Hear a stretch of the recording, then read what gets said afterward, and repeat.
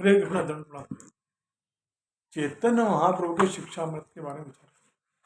ओम अज्ञान तिमिरांधस्य ज्ञानांजन शलाकया चक्षुरुन्मिलितं येन तस्मै श्री गुरुवे नमः।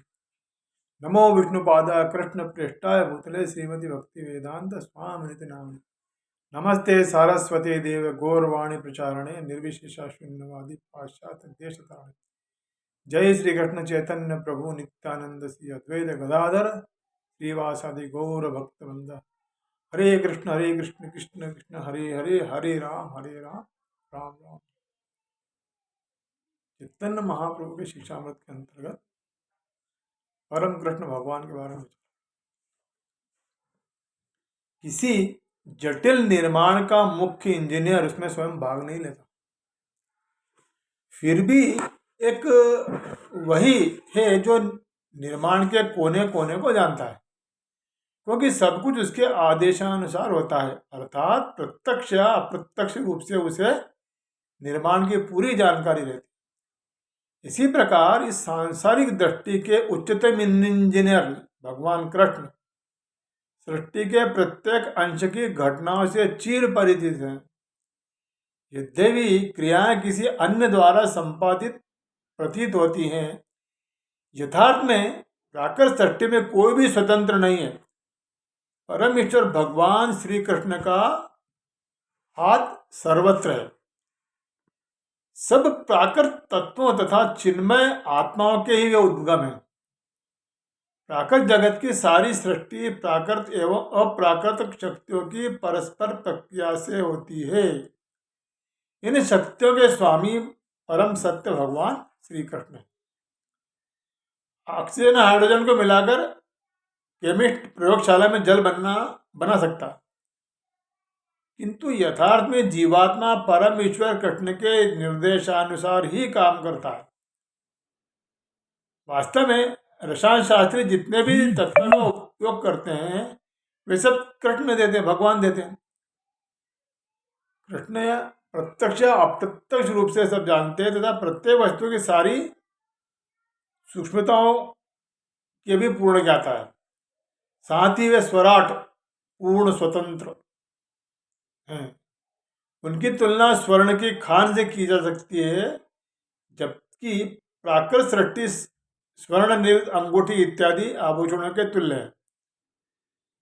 स्वरूप में सर्व आभूषण तथा स्वर्णकार के स्वर्ण में अभेद है, किंतु परिणाम में स्वर्ण को खान तथा आभूषणों के स्वर्ण में भेद है।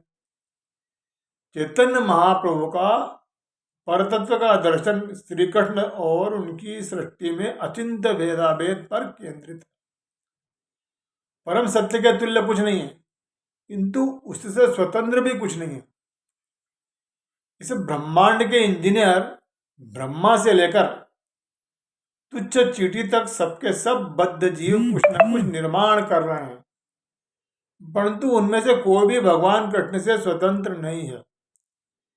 जड़वादी अनुचित रूप से सोचते हैं कि उनके अतिरिक्त कोई दूसरा सृष्टा नहीं है।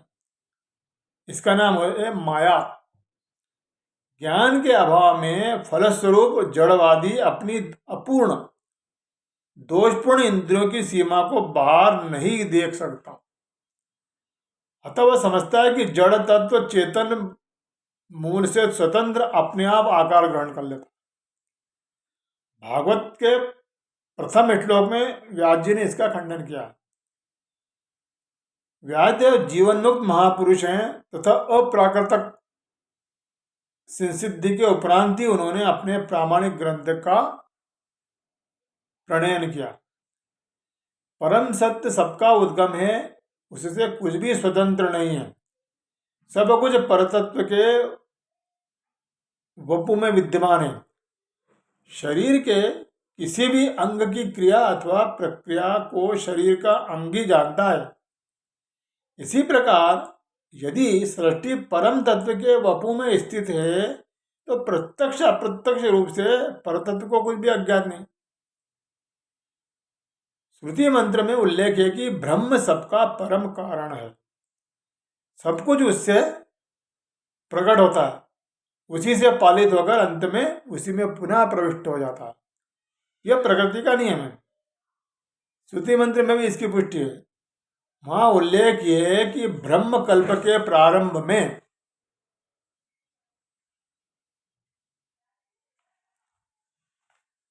ब्रह्म से सब कुछ उत्पन्न होता है तथा उस कल्प के अंत में वही सबका आश्रय होता है।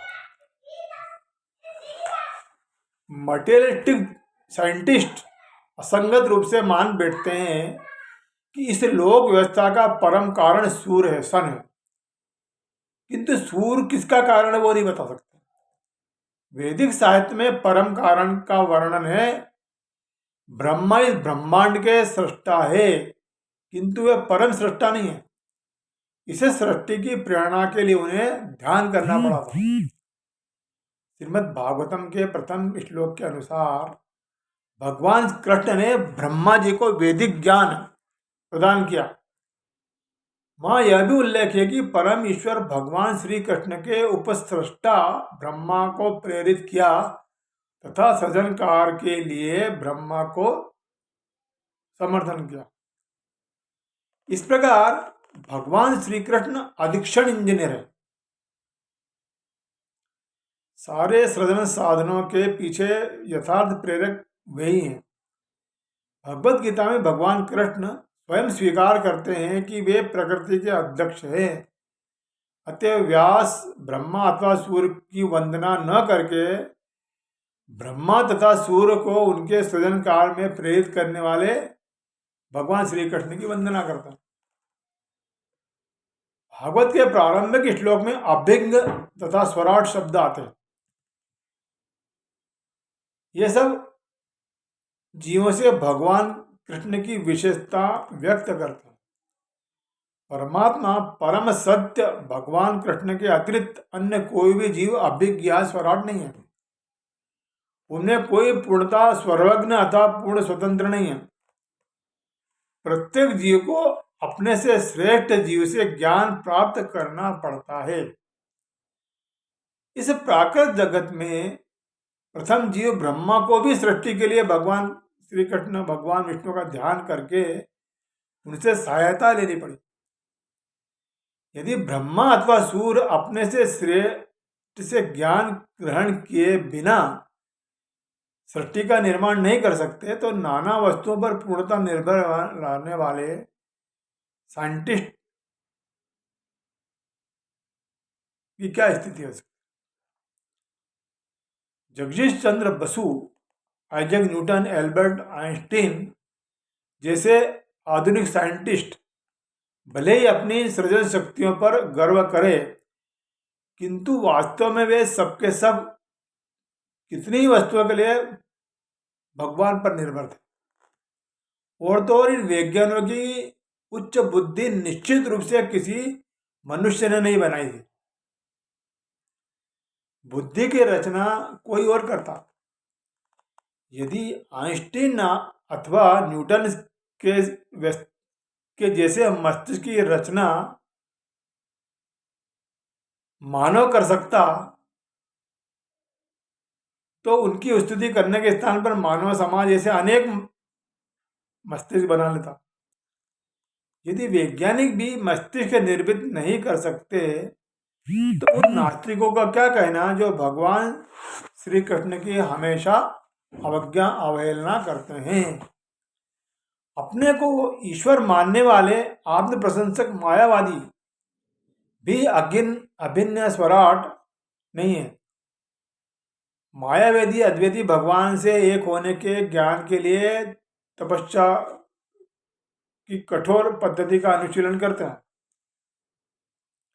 किंतु अंत में वे महान मठ तथा मंदिर बनाने के लिए आवश्यक सामग्री प्रदान करने वाले किसी न किसी धनाढ्य चेले के ही शिष्य साबित होते हैं। धनाढ्य व्यक्ति के ही आश्रित होते हैं मंदिर बनाना है तो। भगवान की अवज्ञा करने के पूर्व हिरण्यकश्यप, रावण आदि नास्तिकों को तीव्र तपस्या करनी पड़ी, परंतु वे भी इतने असमर्थ हो गए कि क्रूर काल रूपी भगवान से अपनी रक्षा नहीं कर पाए।